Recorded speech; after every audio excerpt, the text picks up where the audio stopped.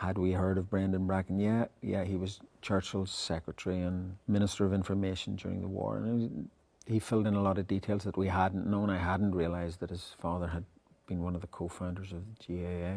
So we were going to do that, and then there came a time and he said, and I'm interested in twinning the character of Brendan Bracken with the character of William Joyce, who was Lord Haw-Haw, who came from Galway. I didn't know that. Double Cross explored the lives of these two men. Each made a conscious choice to mask his own origins and recreate himself as an Englishman. Germany calling, Germany calling.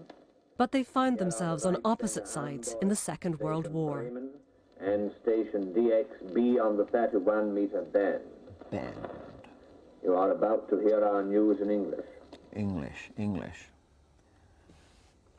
See, he doesn't say English, he says English. It sounds more Irish to me. And Bracken is the same, really. He gets lots of things wrong. He says tree instead of three.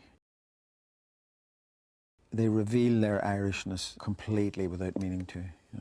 You could certainly see that the two men had a huge inadequacy which made them assume this identity, a kind of self-loathing of the colonised person, that they couldn't adequately be themselves, so they had to pretend to be equal or the same as the coloniser.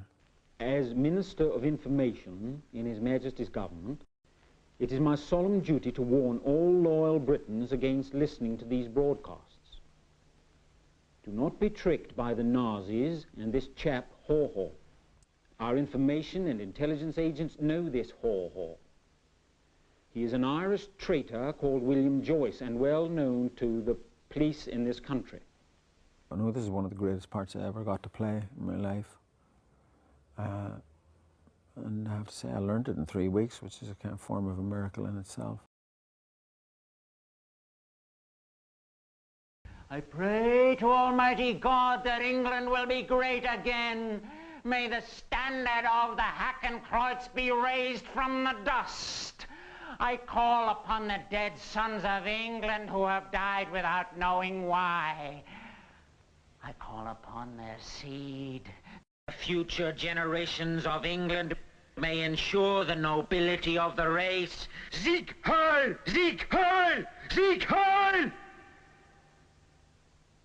This evening, I am talking to you. He's pissed as a rat at this point, isn't he? This is the end. Here we have a united people. There it is. They don't want to take what doesn't belong to them. It's brilliant. When I was a young Irish actor going to London, I had a choice. Either I pretended to be an English actor or I didn't.